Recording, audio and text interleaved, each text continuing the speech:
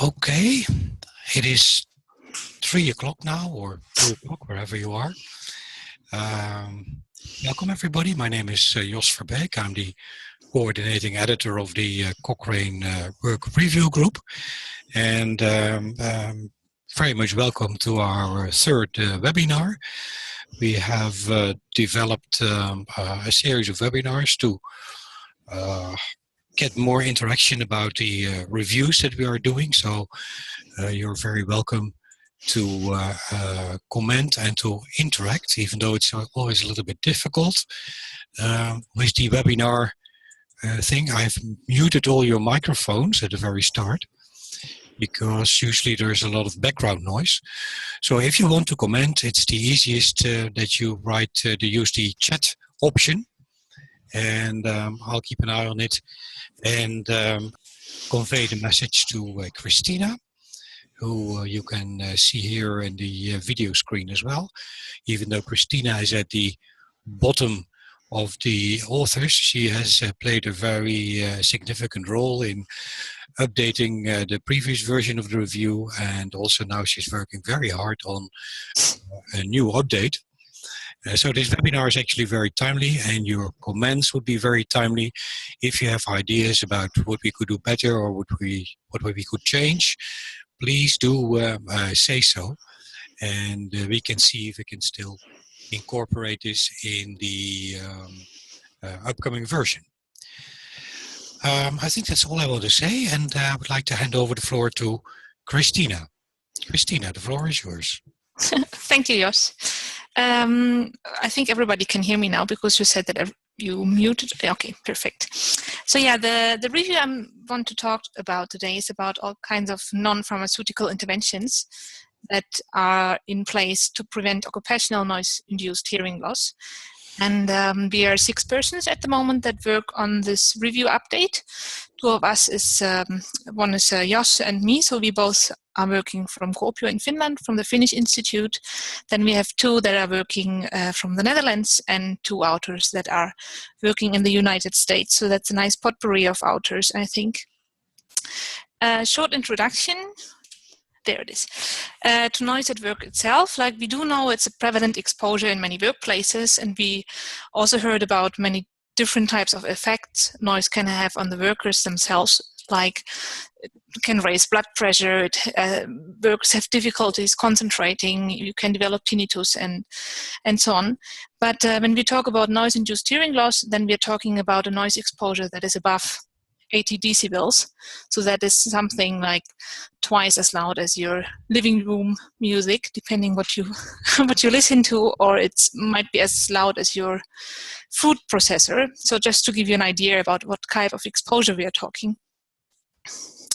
And the workers that are exposed to those kind of noise levels are mostly working in the industrial workplaces, something like construction area, or in the airports, or in the mining industry.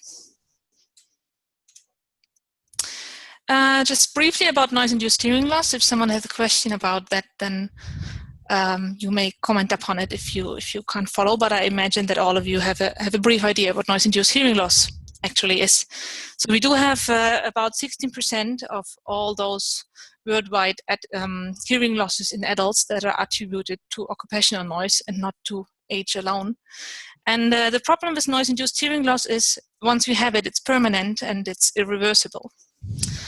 And we talk about noise exposure above 80 decibels, and the risk of developing a noise-induced hearing loss is higher the longer you are exposed to loud noise.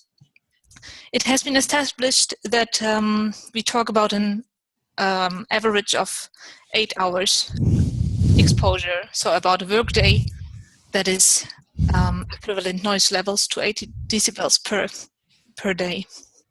And we do have safety regulations in place in most countries that do not allow workers to work unprotected in those kind of workplaces with those kind of high noise levels. Negative impact on the business is that productivity can be lower, and that you have a high turnover, or that you have to pay high compensation costs or many compensation costs. and you might have many workplace accidents. So there's an incentive for the employers, not only for the employees, to protect noise-induced hearing loss at the workplace. Now I want to give a short overview of what type of interventions are available, or what type of interventions people came up with. The most prominent one is, of course, the personal protective equipment, so your earmuffs or wearing earplugs. But we do know about the hierarchy of interventions. And before we want to protect the workers, we try to create a safe workplace. So that would mean we want to develop machines that are less noisy, so buy quiet equipment, or you can implement administrative controls, something like shorter exposure times or changing work schedules. Then governments came up with implementing legislations, because without any legislation you would not have the power to enforce action levels. And then we do have hearing loss prevention programs. This is a concept that is quite vague, because it can not only include the hearing protection themselves, but it also means that in some workplaces they provide training to workers in order to train them how to use their hearing protection. They mostly have monitoring in place, so you measure the hearing ability of each worker. But all of those elements are actually there to change the behavior of the worker regarding exposure to noise or regarding to using your protective equipment. So in order to prevent noise-induced hearing loss, all of this comes down to you lower the loudness, or you try to lower the length workers are exposed to noise. Now that we know a bit about who is exposed and what are the interventions, we can talk about how could you measure an effect from an intervention. And you basically have two possibilities. Either you measure the effect on the noise itself, or you measure the effect on the hearing abilities of the workers. And if you do have workers that are exposed to noise and you have an intervention that should prevent them, you would like to see that there's no change in the hearing ability compared to workers that are not exposed. So the way to do it is either you measure the noise in a specific area where workers are exposed. This can happen through so-called sound level meters, or you even measure per employee the personal noise exposure. This is the second picture on the left. And the third picture on the left side shows you the possibility that we have in measuring outside hearing protection, or you can measure the effect of the noise attenuation of the protective equipment by measuring outside and inside, so behind the hearing protection, the noise levels themselves. And for the hearing ability, one is interested in so-called temporary threshold shifts.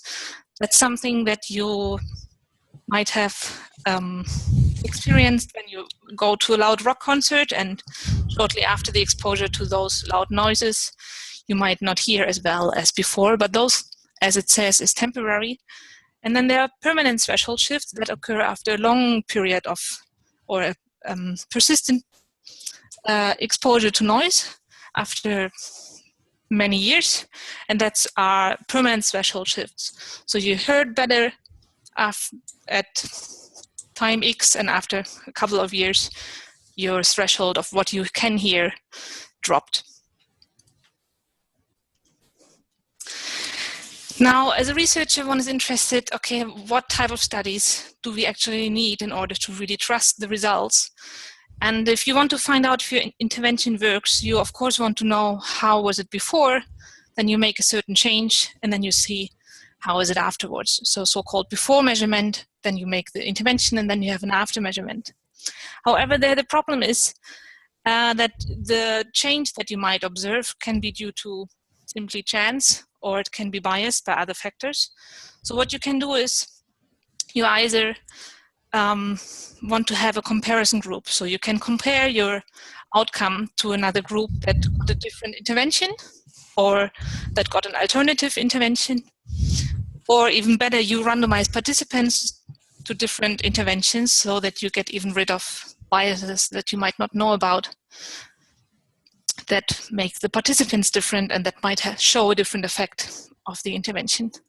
And then there's another type of studies that we are interested in that are so-called interrupted time series analysis. So that's a method that you measure before you change something multiple times, at least 3 times. So you get a nice idea of how is the trend of, for example, noise exposure. Then you make a change, and again, after that, you measure multiple times, at least 3 times. And then you again get a trend. How did it change? How is the noise exposure now? Now you can compare those 2 trends, and if you observe a difference, good for you. And if you don't observe a difference, then you do know that the difference before and the difference after is not really, there's not really a difference. But it's much better than if you would only measure it once and once after.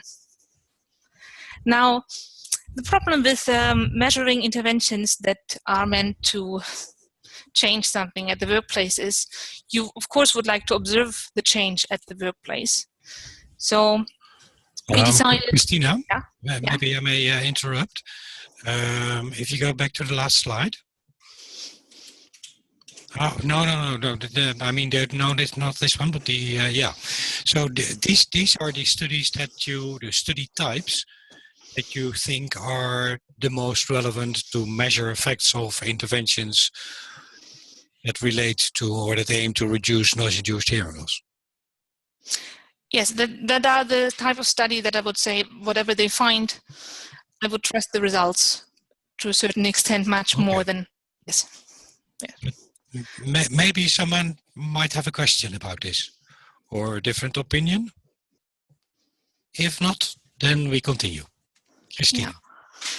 Yeah, so on top of that, we thought about that we want to have all of those studies seen at being done at the workplace, because, for example, with hearing protection devices, we do know that the noise attenuation that is provided by manufacturers is different from what you observe and what can be obtained in the actual workplaces. That is due to the fact that workers might alter the equipment or might not use it as under perfect conditions. So you would like to see the change at actual workplaces during regular operations in order to know if it changes something for the worker. Now, those are the type of studies that we included in the review that has been updated and published in 2012. So what we've done, we've searched multiple databases and we screened all the references, and we found the following result. We found, at least I was surprised, only 25 studies. Even so, 25 seems a lot, but noise-induced hearing loss is around for such a long time that I was surprised that there were only 25 studies.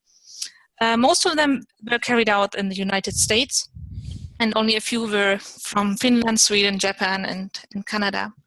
The workplaces that were studied is a nice big overview of all kinds of industries, for example, construction, automobile, steel, and chemical industry, but also aluminium smelters, agriculture, shipyard, and military, and other workplaces.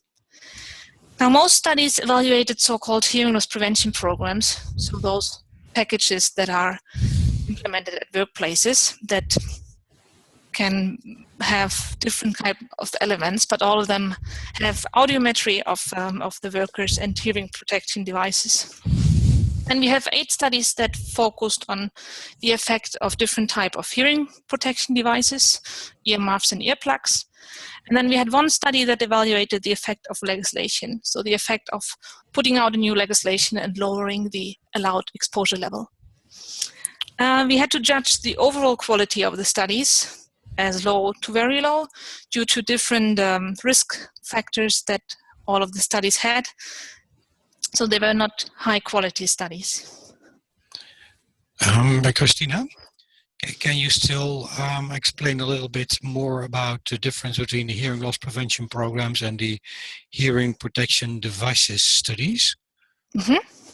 So hearing protection devices is something very visible. Like, you do have the hearing protection device and you can measure an immediate effect, for example, between the outside noise and what the worker is exposed to the inside. With the hearing loss prevention programs, that's a bigger concept of not only hearing protection devices, but also audiometry. Some hearing loss prevention programs, they also include training of workers, how to use it, how to use their protection devices, and maybe noise measurements at the workplace. Now, those audiometries, so this is so-called monitoring of the hearing abilities of those workers. They take place regularly, but it's not per se really an intervention to do something. It's more like you monitor how the worker does. So you can, the idea behind it is you can change his behavior. Either you then do know this is a worker at risk to develop noise-induced hearing loss, so he might need some training in how to use his hearing protection device better, or he might have to change his workplace in order not to be exposed. Maybe he's very sensitive to noise. Did this answer your question? Yeah, Or but then I think the big for? difference is also that the hearing protection devices are evaluated by a reduction of noise levels. And then the hearing loss prevention programs are really long-term follow-up of workers, where you look at the diminishing of the hearing loss as such. Yes, in most cases. There are some, I think one that looked also at the change in noise exposure at work. So they could do that, but most of it is, that's true, measured in long term in terms of hearing loss. Okay. So the effect that we saw on noise exposure levels from hearing protection devices were immediate effects. And it has been shown that the reduction can be up to or approximately 20 decibels for high-pitched noises. And it also was shown that with the lack of instructions, the attenuation of earplugs was much lower than what you would expect how it could happen. So with earplugs, it was more significant to provide also instruction of how to wear them. Then there were some variations in types and brands, but there was not really a significant difference between earmuffs and earplugs. And it was also shown that for all hearing protection devices, the actual noise attenuation at work is much lower, or is consistently always lower than what the manufacturer ratings are. So this is the difference between a lab study and a so-called field study. So the problem, or not the problem, but all those findings are based on single studies. So there's not there was no meta-analysis possible, because none of those provide the same outcome measures, for example, or were different study designs. Now we would come to short-term effects. There was one study that measured the effect of a hearing loss prevention program after 4 months on lowering noise exposure, and they didn't find any significant difference between some workplaces that had extensive on-site training and personal noise level indicators compared to someone who only gets information. So this on-site training and personal noise level indicators are those type of devices that provide feedback immediately to the worker how they are exposed to noise. And Christina, when you say no significant difference, you mean no significant difference in noise exposure? Exactly. Noise exposure. And then we have also on noise exposure the effect of legislation that was followed up till 12 years.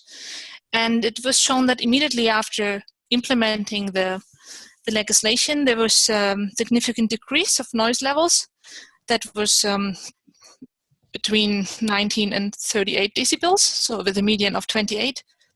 And also over time, there was a small, even so non-significant, downward trend in time. So meaning that the effect of lowering the noise level persisted over a long follow-up time. So this was all the effect what available studies showed for noise exposure levels. Now we come to the effect on the hearing ability. Okay, sorry. There's still this, that there are no other studies. So yes, those are all the studies, all the findings that are available. And it was became clear that we miss engineering control studies. Okay, maybe there are questions. And here is someone saying, I'm an acoustician, and the general trend has been many years now at international conferences that workplace noise is not a popular study subject. Also, there is an attitude that noise can be controlled and no study is needed. So I'm not surprised that there is not so many studies done. Ellie is an acoustician, and she's saying that in general there is the idea that that controlling noise is just a technical issue, and there are actually no studies needed to do this. Well, it's interesting that she says it, because I only know it from the studies that I'm reading, and I also got the impression that, okay, the belief must be that it's quite simple. You have your device, you have it in your hand, you measure the noise exposure, and then after you've done something, you measure it again. But the problem why it's important to do studies on this matter is it is important to actually find out if you change something, how does it affect the worker in terms of, do you prevent noise-induced hearing loss, or don't you prevent noise-induced hearing loss? It is a more complicated matter than just measuring decibels. I think Jos might have something else to add to that.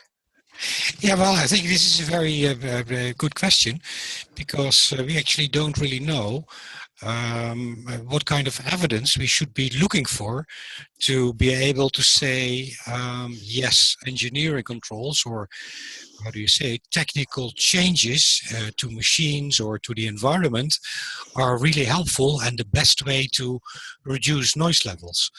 When you look at studies that have measured long-term trends in noise exposure, you don't get very optimistic, because you don't see many changes, or you don't see a significant change over time. At least I haven't come across these studies.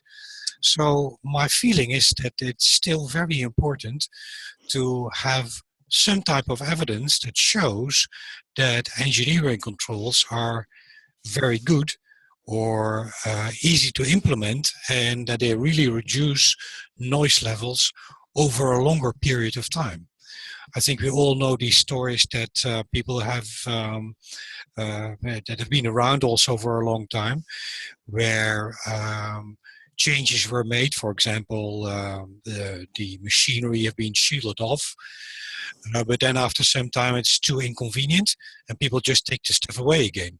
So then again, after some time, these technical issues are not in place anymore. So my feeling is that it would be very useful to have a long-term follow-up of these engineering controls to see if they are really able to reduce noise level at the long term, because that is what we're looking for. But maybe there are other ideas. We are happy to hear, because this is really an issue that we don't know how to deal with very well. I could say something. I started to write, but I'm afraid that what I say, I could talk for a long time, but I try to say shortly. So I'm Heli Koskinen, and I am a researcher on noise, hearing loss, and hearing protectors. But I'm not saying that it's simple. It's not simple, and there should be more research. But at least, like, on personal level, I can't do it anymore, because, well, the funding, it's problematic, and also that, well, I have been told that I cannot do that anymore. So that's, but I think it's very important. Okay, thank you very much. Yeah, I think we fully agree. And the problem is, of course, that noise-induced hearing loss has been around for a very long time. But the problem is that it's still so much there in spite of all these preventive efforts. And we still don't really know very well what would be the best way to reduce it. The problem is, that's what I actually want to say, the problem is that it's not a very sexy topic. That it probably because everybody got a little bit, how do you say it, disinterested, because it has been around for such a long time. I don't know. Maybe it's coming back. It's difficult to say. It's a sort of fashion and trends that you can see in research. Let's hope that we find funding, and that the fashion is towards more research on noise-induced hearing loss. Okay, but maybe Christina, you can continue. Mm-hmm. Let's have a look at the effects that we found on preventing hearing loss. So all those studies that measured the effect of their interventions on the hearing levels of the workers. So most of those, or all of those studies were about so-called hearing loss prevention programs, and all of them were looking at a long-term follow-up, so 3 to 5 years, up to 16 years. And what we could find out combining four studies in a meta-analysis, that hearing loss prevention programs do not protect as good as if you would be not exposed. So it doesn't have the same, or it doesn't have the effect that you might have hoped for.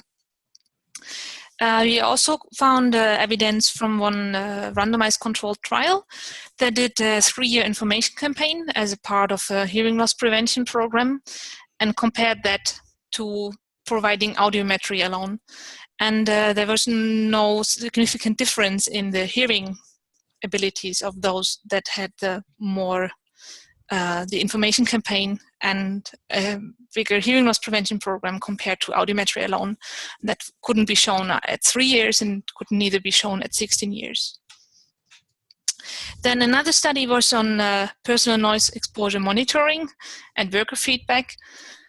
And it was shown that this is associated with less noise-induced hearing loss than if you have the same hearing loss prevention program without such a device.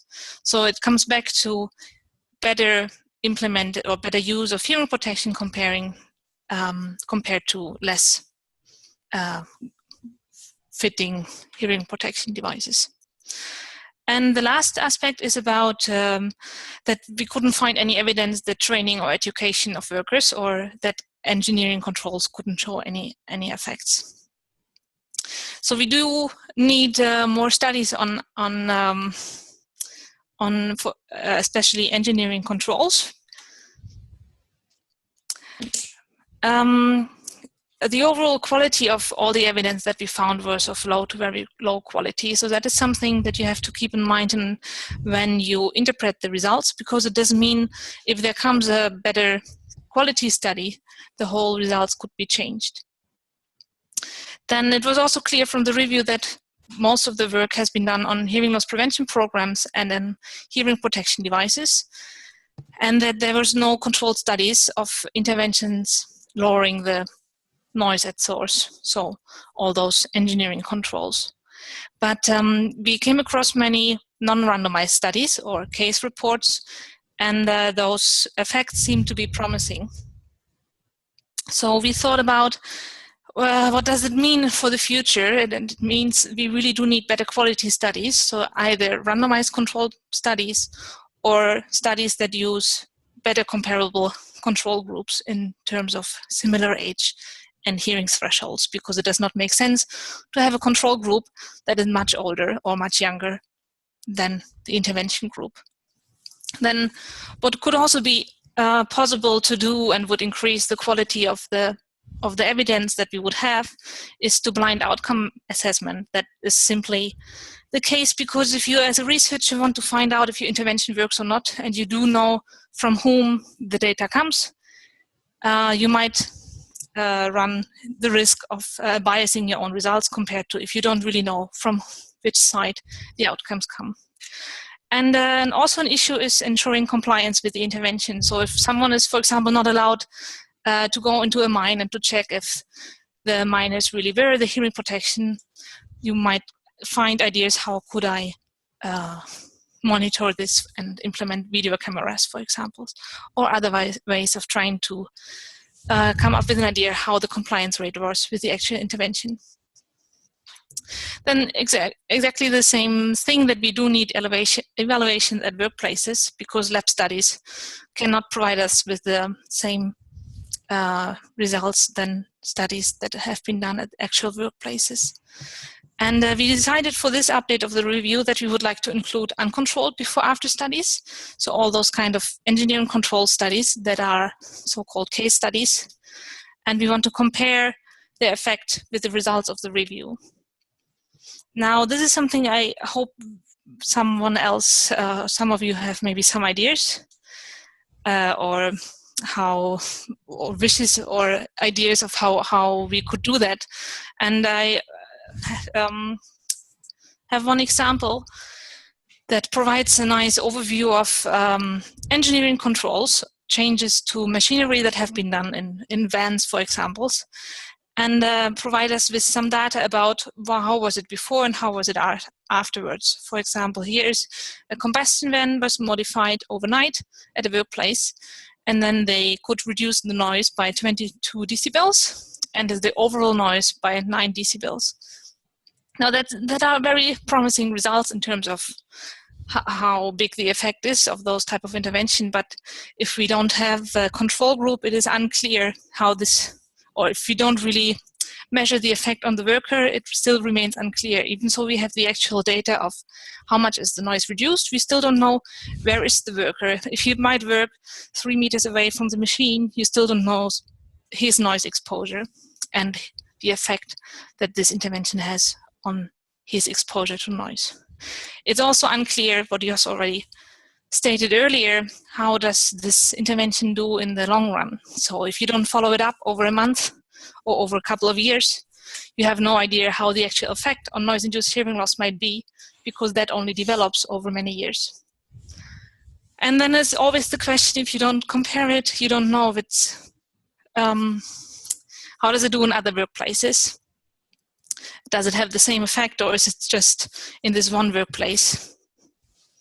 Yes. Okay, and you would like to hear comments?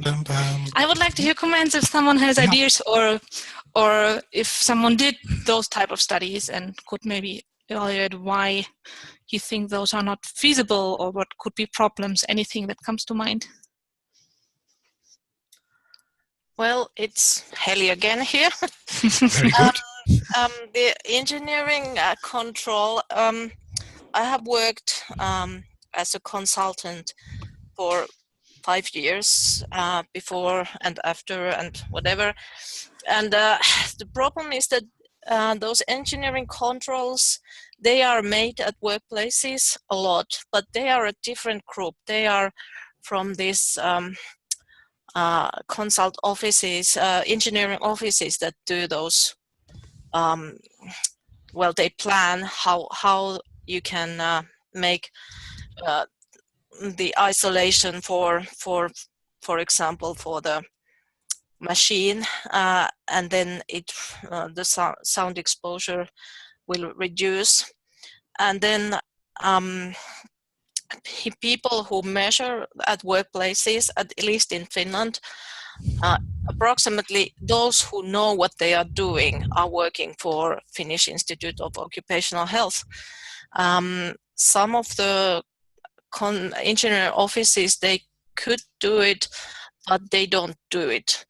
And there is, like, we have standardization and accreditation for all these construction noise measurements, but for workplace noise, there is no.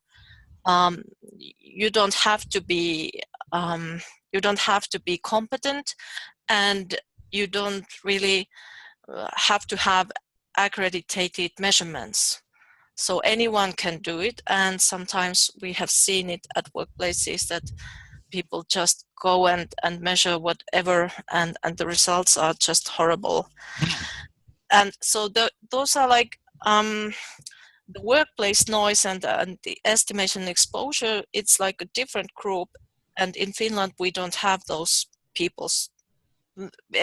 It's very small group, and the engineering offices, they make the control measures, or they plan them, and somebody else will build them.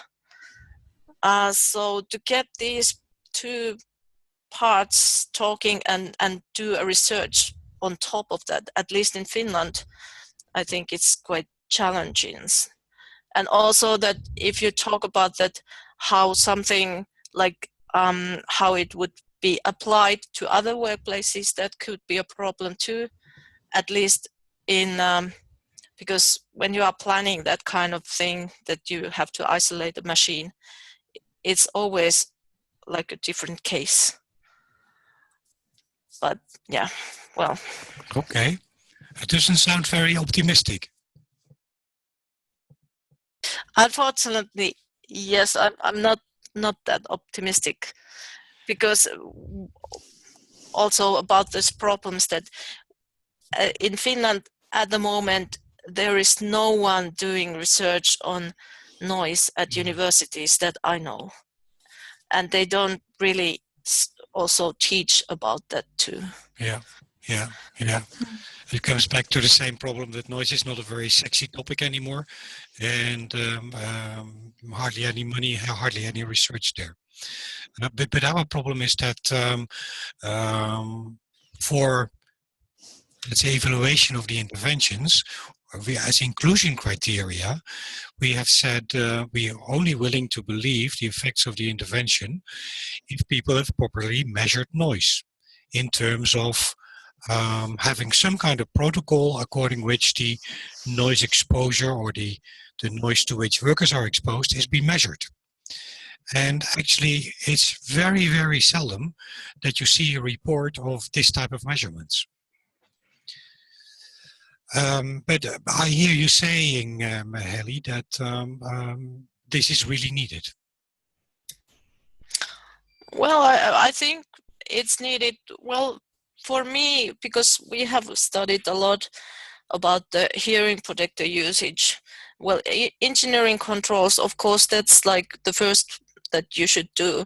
Yeah. But when we are talking about hearing protectors, that it's also a very small group that knows about hearing protectors at that level that we know, because we are a laboratory and we measure those hearing protectors, we measure those values that you can see on the parcels of the hearing protectors.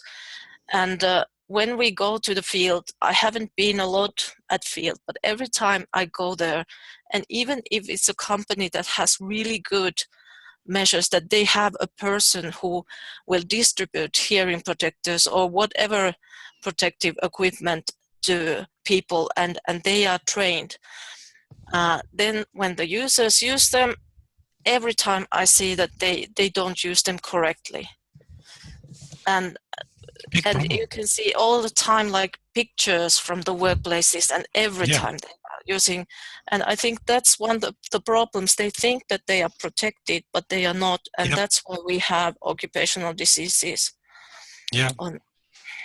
Well, I fully agree, and it's one of the results that we found in the review, that when you instruct, when you have personal instruction for people how to insert, especially earplugs, the noise attenuation of the plugs is, let's say, 50% better, or the other way around. If you don't have instruction, it's very clear that people, or a very large proportion of the workers, is not able to insert earplugs correctly, meaning that they don't have any protection. Yeah, the earplugs, they are really a big problem. They are very difficult to get to the ears correctly. Also, when there are different kinds of PPEs, like the respiratory protection, and in Finland we have this like thick caps that because it's cold out there, people use under the protective helmet. There is some sort of hoods or whatever. They are very thick, and then they put the ear muffs on that, and then it doesn't really protect. Yeah, incorrect use of the muffs. Okay. Thank you very much, Ellie. Christina, do you have more to tell to us, or? Unfortunately not. Just okay. Are there any other questions from other participants, or things you'd like to comment upon or say? Well, if not, then thank you very much, Christina, for explaining the review. Thank you all very much for the participation and the comments. I think it's been very helpful. And if you still come across ideas where you say, hey, you should look at this, or can you please explain this, don't hesitate to send us an email. at the Cochrane or go to our Facebook page and comment on the Facebook page. So thank you very much. Then we have come to the end. Next month we'll have a new webinar, and it will be about our reviews on shift work and preventing the adverse effects of being in shift work. Okay, bye-bye to everybody.